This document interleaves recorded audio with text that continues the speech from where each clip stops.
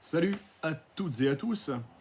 Alors une petite vidéo, enfin petite, elle risque d'être un petit peu longue, mais une vidéo, j'ai fait une vidéo de présentation sur les réseaux, et puis finalement, qui suis-je et comment est-ce que j'en suis arrivé là. Euh, et notamment là dernièrement avec les formations d'hormononutrition, et puis à faire de la consultation depuis quelques années maintenant. Alors c'est simple, moi je suis Christophe, euh, je vais avoir 55 ans le 10 février. J'ai pratiqué la musculation, j'ai commencé à 15 ans, donc ça fait 40 ans à peu près que je m'entraîne. Alors bon, il y a eu des arrêts un peu dans la vie, hein, des accidents, des choses comme ça qui m'ont fait stopper, mais bon, j'ai toujours eu cette passion, de découverte aussi, d'apprendre, toujours apprendre. Euh, et à l'époque, j'ai acheté les revues Pleine Forme, Le Monde du Muscle, et après Muscle de Jean Texier, où je dévorais les articles, les livres, Marcel Rouet, enfin tout ce qui traitait de la musculation. Je pense que j'ai tout acheté. Visa pour le muscle, Visa pour le bodybuilding, ça je vous parle de ça en étant... j'ai commencé à 12 ans en 82, et en 85 j'ai acheté les livres, tout ce que je pouvais acheter, quoi. Alors comment je faisais à l'époque, c'était simple, hein. En 85 j'ai commencé à travailler, je suis rentré en apprentissage, donc j'avais un salaire depuis mes 15 ans, je travaille non-stop. Voilà, qui a un parcours un peu atypique, parfois chaotique, en fonction des événements que la vie nous réserve, donc on s'adapte. Mais toujours eu cette volonté de vouloir d'abord pratiquer, et dans l'enseignement m'aurait énormément plu. Mais bon, voilà, donc mes coachs sportifs, comment j'en suis arrivé là? Bon, donc de 15 à... Je continue à m'entraîner de 15 à 18, hein, je fais mes 3 années d'apprentissage, j'ai mon CAP de mécanicien moto, cycle et moto en 88. Donc après, bien, je suis salarié, je continue à m'entraîner. Et puis je pars à l'armée. Donc voilà, je suis militaire. Et puis à mon retour en 90, oui c'est ça, 90, eh bien je travaille, hein. Je continue à m'entraîner bien évidemment, mais je travaille. Donc je suis salarié dans un centre de médecine physique, déjà, de rééducation et de réadaptation physique, fonctionnelle, pardon. Et puis j'y resterai 29 ans. Mais entre-temps, j'ai fait de la... Je voulais... Alors, j'ai oublié, j'ai retrouvé ça. Je ne sais pas si ça va parler, mais probablement aux plus anciens. Alors, à l'époque, on ne parlait pas de BPGEPS. Voilà, j'ai retrouvé mes premiers cours. Alors, mes premiers cours qui datent de... Eh bien, ça date de 1984. Donc, voilà, 1984. J'avais tenté pendant mon apprentissage de faire aussi en parallèle le brevet d'état d'éducateur sportif. Voilà, ça c'est écrit par l'INSEP. Ça c'est les cours du premier trimestre 1986. Donc vous voyez, j'ai toujours... voilà, donc ça je faisais ça à distance, ce qui n'était pas simple, en plus de mon apprentissage. Mais voilà, je me suis toujours formé et informé depuis toujours.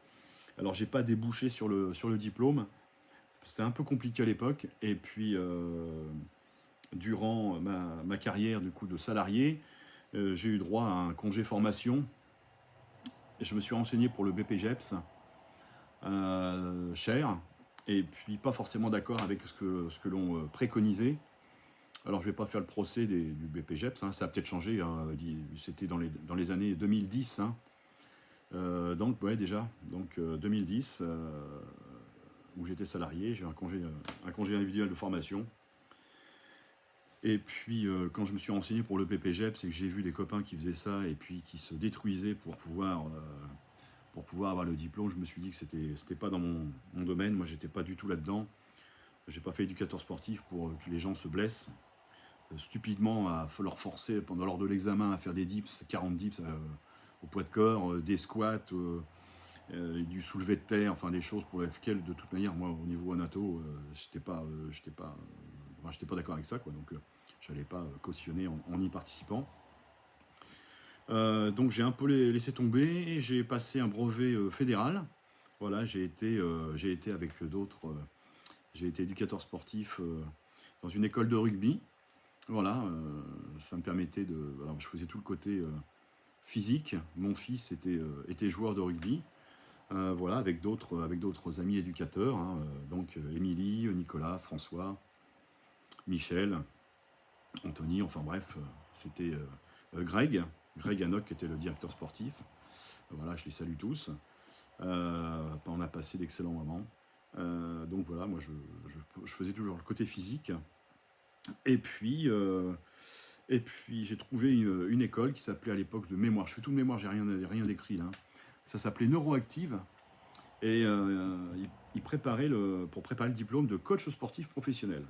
Je me suis renseigné, c'était plutôt pas mal. Il y avait du distanciel et le présentiel se faisait à Paris, c'était à l'Aqua Boulevard. Voilà, les cours se faisaient là. C'était très sympa. Et puis j'aimais bien le fait qu'ils prennent en compte l'anatomorphologie des élèves. Ça, c'était vachement chouette. Voilà, sur les épreuves, quand tu ne pouvais pas faire du squat, par exemple, il disait ok, pas de problème, qu'est-ce que tu proposes à la place? Donc voilà, il y avait toujours ça, j'ai trouvé ça vachement bien qu'ils prennent ça, mais l'anatomorphologie de chacun, puisqu'on est forcément tous différents, on n'est pas tous faits pour faire du développé couché, du soulevé de terre, du squat, etc. Hein, ils prenaient en compte le valgus, des jambes, des bras, etc. Donc ça m'a plu. Donc ça a débouché au bout d'un an sur le diplôme. Et puis, les événements de la vie. Alors, j'ai passé mes enfants, hein, 22 ans. Je suis papa pour la première fois à 22 ans d'une petite fille, hein, Roxane. Et puis, 3 ans après, j'avais 25 ans, naissance de mon fils, Ange. Voilà. Et puis, les événements de la vie font que c'est divorce. J'ai rencontré Christelle. J'avais mon diplôme de coach sportif. Je travaillais encore à côté. J'étais déjà salarié, donc en 2014. Et puis Christelle me dit, mais pourquoi tu t'installes pas? Et puis elle m'a fait tous les papiers, parce que tout l'administratif, c'est son métier. Et puis du coup, je me suis retrouvé en micro-entreprise. Et puis c'était plutôt pas mal, ça a bien marché. Donc j'avais deux emplois, donc celui dans l'établissement de santé pour lequel je travaillais, et puis je faisais du coaching sportif à domicile. J'aimais beaucoup, franchement, je kiffais vraiment ce truc. Et puis 2015, j'ai eu un accident assez grave qui me laissera handicapé à vie. Je vous mettrai les photos, je demanderai à Christelle qu'elle mette les photos en commentaire dans les liens. Donc je me blesse sérieusement l'épaule, donc grave blessure à l'épaule, et surtout le bras gauche. Avec des lésions neurologiques irréversibles. Donc le nerf sensitif, nerf moteur et nerf sensitif gravement atteint. On ne pourra pas y faire grand chose. Le chirurgien a fait ce qu'il a pu, microchirurgie. J'ai été opéré 4 fois. Et du coup, ça m'a laissé un peu sur le carreau, quoi, parce que la rééducation était très longue. On m'avait prévenu qu'il fallait au moins 2 ans d'arrêt de toute activité. Je ne me voyais pas 2 ans comme ça. Donc 2015, après l'accident, je m'inscris du coup. Je sais que je vais avoir 2 ans devant moi. Je me dis que c'est une évidence, l'alimentation, la nutrition, la diététique, etc. Je dévore tout ce que je peux là-dessus, quoi. Je découvre les livres de Julien Bénesson, etc. Enfin, je dévore tout ça. Et pour moi, c'est une évidence, quoi. J'adore ça. Et donc, je m'inscris pour passer le diplôme en nutrition et nutrition du sport. Et là, je fais 2 années fantastiques. J'apprends énormément. Je n'ai pas le nom, je ne me rappelle plus du nom de la prof, mais c'est vraiment très sympa. Et à l'époque, on est une centaine. Et là, je suis assez surpris. Il y a beaucoup de médecins. Il y a une 50aine de médecins. Il y a des psychologues. Il y a des coachs sportifs.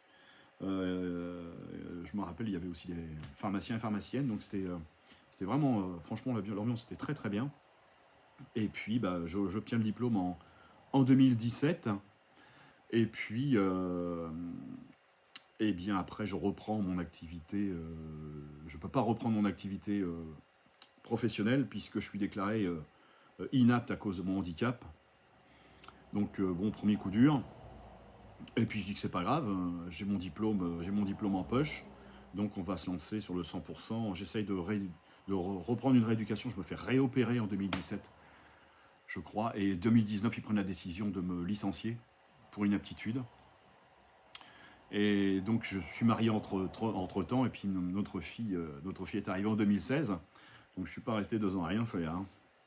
Et voilà, quoi. Fallait dépenser son énergie. Non, franchement, mes plus belles années ont été celles-ci. À la naissance de ma fille, j'ai eu la chance de pouvoir m'en occuper de sa naissance à ses 2 ans et demi. Donc elle n'a jamais eu une nourrice. Christelle partait tôt le matin, elle partait à 7h15 le matin. Et elle rentrait à 16h pour l'allaiter, puisqu'elle avait droit à 1 heure d'allaitement, puisqu'elle a allaité Kali notre fille pendant 5 ans, je crois. Et donc du coup c'était super, moi j'étais donc père au foyer et j'ai élevé ma fille. Et c'est les plus belles années de ma vie voilà, je ne sais pas ce qui va se passer dans l'avenir, mais en tout cas, mes plus belles années auront été ces 2 ans et demi où où j'étais père au foyer, quoi. Et puis on est arrivé dans la Manche, au bord de mer. Christelle s'est fait muter. On a acheté une petite maison là. Et puis j'ai commencé, donc du coup, j'ai fait un peu d'immobilier avec un ami qui avait une boîte immobilière. Donc j'avais ma carte, j'ai toujours ma carte hein, d'agent immobilier indépendant. Et puis je faisais le coaching, et puis de plus en plus la nutrition, de plus en plus de demandes. Voilà quoi, et puis la formation, voilà, découverte de la médecine fonctionnelle bien avant, etc. Et du coup, je me suis réinscrit dans les formations. Il était temps de me mettre à jour, je pense. C'est une obligation de se mettre à jour régulièrement. Là, j'ai découvert des formations fantastiques en biologie fonctionnelle, l'hormononutrition, et bien d'autres encore. Et donc, en fait, on a lancé l'activité, on a ouvert un gîte. La crise Covid est arrivée parce que j'ai oublié le Covid. On avait ouvert un gîte, le seul gîte en France où j'avais un home gym à disposition des gens avec un côté bien-être, etc. C'était fantastique. L'activité a super bien marché, c'était vraiment très très bien. Je faisais mes coachings ici dans le gîte, on avait acheté la maison d'à côté. Et puis la crise Covid est arrivée. Alors on ne s'est pas inquiété, puisqu'il disait que les entreprises seraient aidées, toutes, sauf nous. Qu'est-ce qui s'est produit quand on a demandé les aides? Qu'est-ce que les services fiscaux ont dit? Vous n'avez pas 6 mois d'activité, donc vous n'aurez rien. Donc j'ai eu 0. Donc interdiction d'exercer avec le confinement. Mais bon, les factures arrivent, les banques ne veulent absolument rien savoir. Voilà, d'ailleurs, je salue les enfoirés de la Banque Populaire de Granville qui nous ont bien noyés, bien appuyé la tête sous l'eau encore plus, plutôt que de nous tendre la main. Donc c'est bien la peine d'investir des milliards dans des bateaux pour faire des courses autour du monde quand on n'est pas foutu d'aider les gens qui bossent. Bon voilà, ça c'est la petite parenthèse. Donc on a été ruinés. On est ruinés et donc on prend la décision de vendre notre maison qui dans la totalité a remboursé tous nos emprunts. J'ai poursuivi l'activité. On a réintégré la maison dans laquelle on est là, qui était le gîte, donc une ancienne ferme qui a été restaurée, une ferme qui a plus de 200 ans, dans laquelle on y est très bien, il n'y a pas de souci. Mais je voulais faire quand même, pour dire que la crise Covid nous avait bien noyés. Donc voilà quoi. Mais bon, comme je suis d'un naturel optimiste, je me suis dit que de toute manière c'était écrit, et puis finalement j'ai refait de la formation, je me suis encore plus formé, mieux informé, et puis de fil en aiguille, ça marche plutôt pas mal. Voilà, donc là je fais quasiment à 95%, c'est que de la nutrition, des consultations nutri. Voilà, j'ai beaucoup de gens de plus de 40 ans. Voilà, on essaie de régler leurs problèmes hormonaux avec succès. Voilà, donc ça marche plutôt très très bien de ce côté-là. Je suis content des retours, je suis content des témoignages. On vous en a partagé quelques-uns. Ça fait super plaisir, quoi. Donc je vous passe tous les problèmes liés au manque de sécrétion d'hormones, hein, aussi bien chez l'homme que chez la femme. Et franchement, on règle bien le problème. Et ça, c'est top. Toujours en collaboration avec les médecins. Hein. Je rappelle, les médecins sont l'autorité. Hein. Moi, je suggère les compléments. Et puis s'il y a besoin de prescription, on voit avec le médecin, et j'adore collaborer avec les médecins. Pour l'instant, même les généralistes, j'ai connu aussi, il n'y a pas très longtemps, un généraliste On a demandé une prise de sang donc pour mon client. Il a dit OK, mais il a mis tout hors nomenclature. Parce qu'il ne voyait pas l'intérêt de faire les dosages hormonaux, etc. Donc, j'ai demandé à mon client d'aller voir ailleurs, quoi. Donc, il a changé de médecin. C'est la seule fois où effectivement, on a eu un échange un peu tendu avec ce médecin-là, quoi. Donc, il a changé de médecin et puis basta, quoi. Mais en général, tous, hein, c'est leur métier, ils jouent le jeu. Moi, j'ai jamais eu de problème avec les médecins, bien au contraire. Voilà, donc l'activité fonctionne bien. Là, on a pas mal de rendez-vous. Les bilans gratuits s'enchaînent. Christelle n'arrête pas d'enchaîner les bilans gratuits. Et puis après, sur les consultations, c'est moi. Et ça m'aide bien. Et ça me rend plus efficient. Et j'adore. Vraiment. Il n'y a pas un cas comme l'autre. Et là, franchement, j'ai une chance inouïe finalement. Tous les désagréments tout au long de ma vie m'ont amené à faire un truc qui est absolument passionnant maintenant. Et je continue à me former, à m'informer en permanence. Voilà. Pour ceux qui me demandaient qui j'étais. N'hésitez pas à intervenir, à me poser des questions. Christelle mettra le lien en commentaire pour que vous puissiez prendre rendez-vous pour un bilan gratuit. Voilà, donc n'hésitez pas à revenir vers nous, nous poser vos questions, prendre rendez-vous. Et j'espère que cette petite présentation de qui je suis, c'était pour compléter un peu l'autre. Voilà mon parcours. Alors j'ai balayé, j'ai fait 40 années. Oui, ça fait 40 ans que cette année que je travaille. Alors forcément, j'ai pas mis les détails, mais bon, les années les plus fantastiques, c'est quand on devient père. Ça, voilà, j'ai eu le bonheur d'avoir été papa 3 fois et c'est extraordinaire. Voilà, et je suis grand-père de magnifiques petites filles. Voilà, vous savez presque tout sur moi. Je vous mettrai les photos de l'état de mon bras.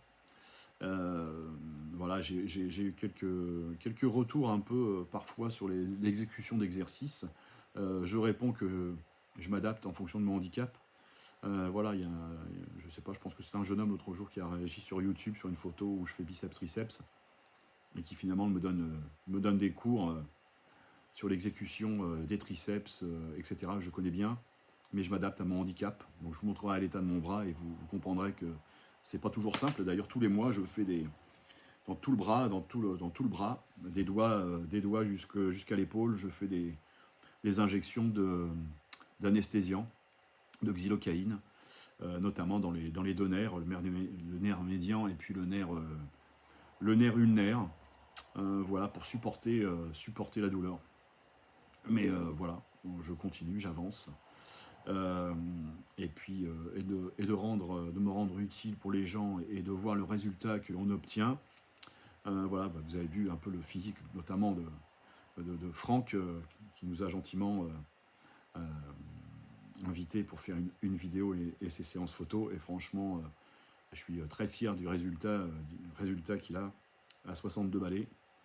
Voilà, donc vous aussi, vous pouvez.